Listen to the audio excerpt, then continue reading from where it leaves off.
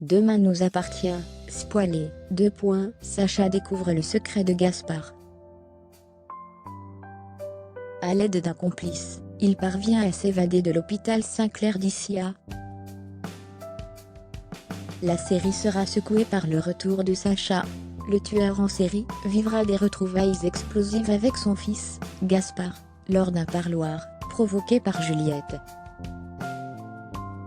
Dans les prochains épisodes de Demain nous appartient, Sacha fait une tentative de suicide.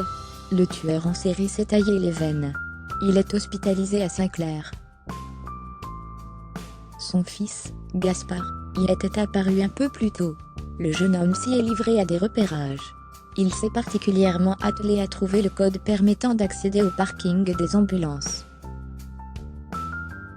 Martin charge Nordine de surveiller la chambre de Sacha. L'équipe de Saint-Clair a prévu de le garder en observation pendant 1 ou 2 jours.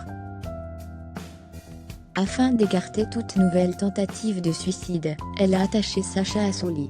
Parallèlement, Gaspard s'est introduit à l'hôpital, vêtu de la blouse de médecin, qu'il a volée à Benjamin.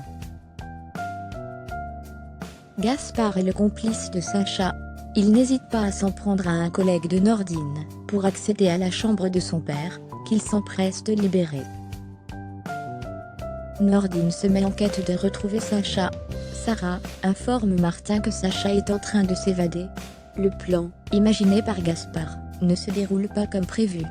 Sacha opte pour le déclenchement de l'alarme incendie. Nordine somme Sacha et Gaspard de ne plus bouger. Sacha menace le fils de Martin avec une arme. Nordine tente de le raisonner, en vain. Sacha martèle qu'il n'a plus rien à perdre.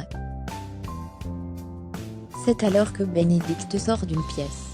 Sacha la saisit violemment, et la prend en otage. Benjamin intervient et désarme Sacha. Bénédicte se réfugie derrière Nordine, tandis que Sacha assomme Benjamin, et prend la fuite avec Gaspard. D'ici à la fin août 2022, Damien va voir son destin basculer dans Demain nous appartient. Il va se retrouver en danger au commissariat. Un matin, Damien ouvre un colis arrivé au commissariat.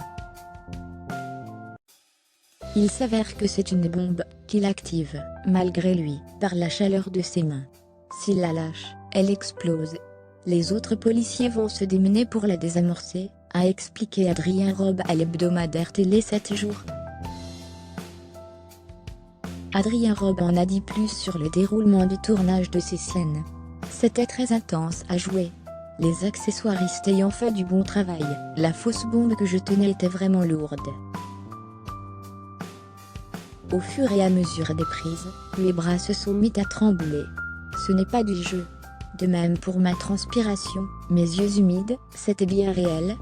Fermez les guillemets, a confié le comédien.